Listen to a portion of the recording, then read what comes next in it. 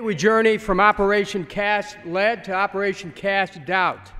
Almost as serious as committing war crimes is covering up war crimes, pretending that war crimes were never committed and did not exist. House Resolution 867, introduced last week, quickly generated intense campaigning for and against the resolution from lawmakers, lobby groups, human rights organizations, and even Judge Richard Goldstone himself before its final vote Tuesday night. We should reject the Goldstone report, which is part of an ongoing effort at the UN to single out Israel. I rise in opposition to HRS 867. Mr. Speaker, I rise in opposition to this resolution. I rise in support of this resolution. We shouldn't pass this resolution now, which could actually hinder the wheels of justice. Do not pass this resolution. Support this fine jurist.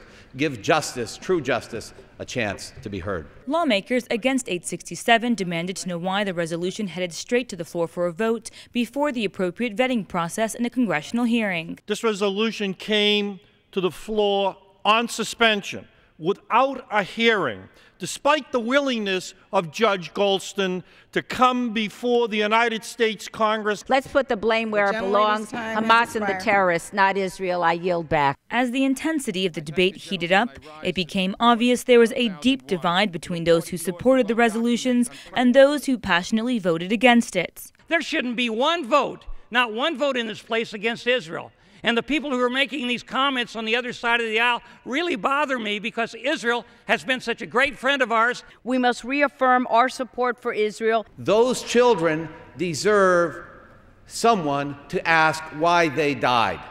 It was the first time U.S. lawmakers openly discussed the disproportionate force used by Israel in the 22-day war. The tragic deaths of innocent civilians in Gaza and the devastation wrought upon their homes, schools, and infrastructure has worsened a humanitarian crisis that cannot be ignored. American-made white phosphorus shells were used by Israel in civilian areas, causing horrible burns to Palestinian children.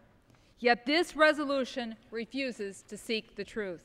Political analysts predict the forces of the pro-Israel lobbies in Washington played a pivotal role in pushing the resolution. There's definitely forces behind them. There's definitely lobby groups behind them that pushed forward this agenda and pushed forward the language in the resolution. Press TV spoke with the head of the Zionist Organization of America, who said certain members of Congress requested advice on how to draft the resolution. We were called, ZOA was, by many members of the House and Senate, telling us they want to do a resolution. Can we give them whatever information we have?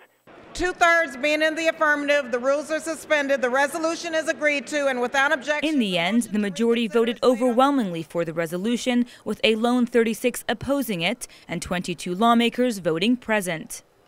Although the resolution is non-binding, human rights activists are concerned the Obama administration will take 867 into consideration and dismiss the Goldstone report's findings. Lobby groups here in Washington also note while the resolution is not law, it is symbolic of how the U.S. Congress votes when it comes to key issues related to the Palestinian-Israeli conflict.